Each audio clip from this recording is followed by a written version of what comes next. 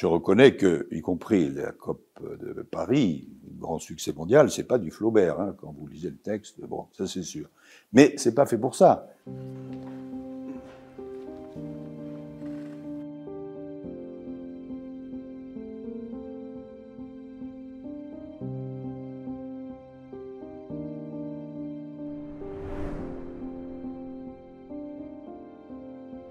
Ce qui était très important, c'est que la présidence gagne la confiance de tout le monde et qu'il ne se passe pas ce qui s'est passé sans doute dans d'autres COP, c'est-à-dire que les États ont le sentiment que le président a dans sa poche le texte final et que ce qui se passe pendant 15 jours, c'est pour amuser la galerie, mais qu'en réalité, bon.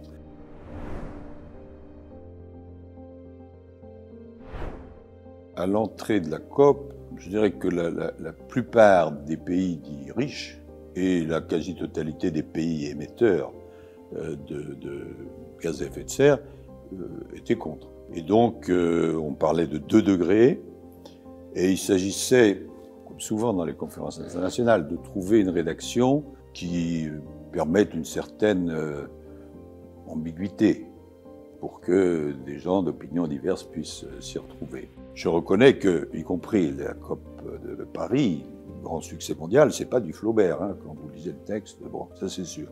Mais c'est pas fait pour ça, parce que c'était ça, un point absolument central de la COP 21, qui parfois n'est pas toujours comprise. Il ne fallait pas simplement un accord, il fallait un accord qui évite qu'on rediscute des principes tous les 2 ans ou tous les 3 ans.